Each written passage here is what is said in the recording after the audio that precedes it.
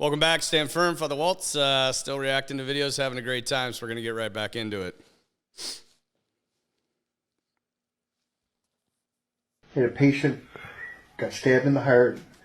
When I walked in the ER, the surgeon had his chest cracked open, and he had his finger in the guy's heart.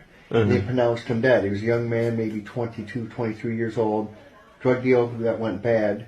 He died, and the surgeon was a Christian, Dr. Forster to be exact, said, we're not going to let him go without a fight, so he took him to the OR, took him to surgery, pumped him full of blood, got a pulse, tied the hole in his heart up with a suture, and since I was on the surgery unit, I had to wait until he woke up. After about 4 hours, the guy woke up, and he looked me in the eye, and he grabbed me, and he started crying, sobbing, and he said, I met the devil. And I said, what do you mean you met the devil? He said, I saw you working on me. I was dead. I never prayed. And he could feel he went straight down into hell. And he said he looked in the eyes of the devil. He had a patient, and he prayed. He said he never prayed before. It was never spiritual. And he said, please God, I'll change my life. And he felt an angel or a hand pull him back up. And that's when he awoke. And it was the most amazing experience because he was legit. I mean, no one makes up something like that. And last I heard, he's completely changed his life. He gave his life to God. And I still, to this day, the look in his eye when he woke up, the terror, I'm absolutely convinced that he did meet the devil. And he prayed. He said he never... Yeah, so I think, something that I don't think a lot of people think about. A lot of people are really interested in near-death experiences. They're fascinating, and they have a lot of common denominators that go with them. A lot of people talk about how they feel better than they've ever felt. They feel like, I remember watching this. I kind of did a deep dive onto this this last week. If you guys haven't seen Angel Studios, obviously they do The Chosen. They have a documentary called After Death. Fascinating documentary. So if you want to watch it, check it out. Angel Studios is doing great stuff. But anyway, there's, this one guy he was talking about, he said his senses were so heightened. He's like, I don't even know how to really explain it, but he's like, when you would see light, first of all, in colors that you've never even imagined before. And he's like, you could taste light and you could hear light. And he said it worked with all the senses. They interpenetrated every other sense. And this would, scripturally would go back to St. Paul. If you remember St. Paul, he says, when I was caught up to the third heaven, either in the body or out of the body, I saw stuff that I can't even talk about. It's so hard to capture what's coming. He said, what eye has not seen, ear has not heard, it hasn't even dawned on man what is to come in the next life. However, I don't think eye has seen, ear has heard, or has even dawned on man what is to come on the other side if we don't make it. And of all of these, they have, like I said, they have all these common denominators. Of all these near-death experiences, 23% of them are not positive. That's 1 in 4. 1 in 4. And I remember I was watching this one guy's, and he said, he got hit by a semi. He was on a bridge. He got hit by a semi. The steering wheel turned sideways and embedded in his chest. The guy was like dead on impact. They got him, when the ambulance showed up like a half hour later, they rushed him to the hospital. They ended up reviving the guy somehow. And then they had him in his room, and they were going to do surgery, but they couldn't find a surgeon, and he died.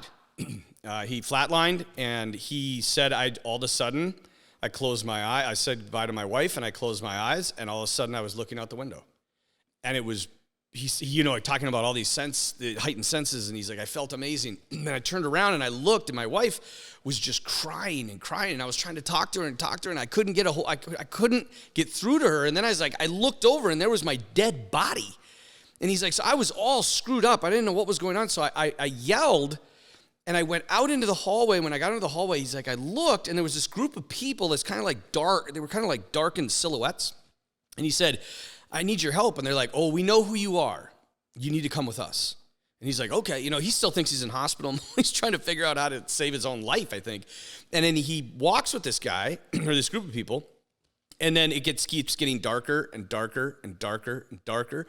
And all of a sudden, he tries to turn and run, and they grab him and throw him down and start shredding him to pieces. And he's like, it wasn't like a bodily pain. He's like, I don't know how to experience it. It was the worst pain I've ever felt in my life. Far worse. And, you know, when he did come back, I mean, he had surgeries and all this stuff. He said that pain was far worse, far worse. And eventually, he said, as he was sitting there, he looked up and he saw this light, and he began to, like, the light began to get smaller and smaller. He felt like he was falling. And he said, this is what, the reason I tell you this is this one line. He said this. He said, as I was falling, I kept saying, God, I was a good person. And he said when he'd say that, he'd fall faster. So he said, God, I was a good person. And he'd fall faster and faster. And he said, all of a sudden, there was just this thing that said in his heart, just like, call out to God. And he's like, I just remember when I was a little kid, my grandma taught me these rhyme, you know, these little songs about Jesus loves me. And I started saying that. And he said, something grabbed me, hold me close to his chest, and started going the other way. And then he said, we came out into this light. And he said, I was just so filled with this, like, love. But then he's like, Jesus showed me my whole life. And I realized I wasn't a good guy. Honestly, you guys, if I hear one more damn Christian say, yeah, I'm a good guy. You know, I'm not such a bad guy. You're not a good guy. None of us are. I believe you're trying to be a good guy. Like, I really believe you got that in your heart, but you're probably not that good. And this guy, he said, when I looked at my whole life that just played before me, he's like, I was terrible to my wife. I was totally impatient with my children. I'm estranged from my father. I don't talk to my brothers and sisters. He's like, there was so much. He's like, I cheated at work. I did all this. And he said, but the worst of it all was when he looked up at Jesus, and Jesus looked at him, and he said, the sorrow on the face of God was more painful than anything I've ever felt, even more pain than the physical torment from the demonic. He said, it was so painful. You know, that's what people don't talk a lot about, I don't think. You know, one of the pains of hell, in fact, probably the pain of hell, is that you are going to be separated from God. And that is going to cause immense pain, because the thing that you could have had, you don't have it anymore.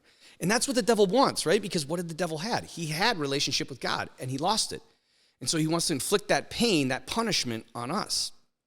Here's another thing I don't think people think about. Last point. You know, there's a book by Father Gabriel Amorth. Maybe some of you have heard him. He's passed, I think, a few years ago, but he was the head exorcist of Rome. And he said in his book, he was talking to a demon in the midst of an exorcism, and he gave him a scenario, and he said, what if two people hated each other for their entire life? And, you know, they were just mean to each other, and they hurt each other, and they hurt each other's families. When they die, do they go to hell and hate each other forever in eternity in hell? And the demon, he said, you're so stupid, priest. You know nothing about hell. He said, down here, everyone lives caved in on themselves, torn apart by their regrets. There's no relationship with anyone.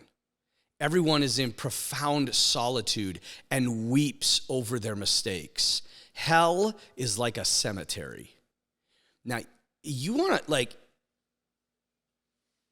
if you, like, for a long time, I thought hell, you know, burning fires and flames, and, like, you're like, this sucks. And you're like, yeah, this sucks. You know, like, everybody's in relationship. But if you have no relationship with anybody, and the only thing you can ever remember forever is every bad thing you've ever done, I can't think of a worse punishment. I mean, what's the worst punishment for human beings? Solitary confinement. But we still have God. You pull that away? I don't know. Something to think about. Thanks for watching. Get the word out. God bless you guys.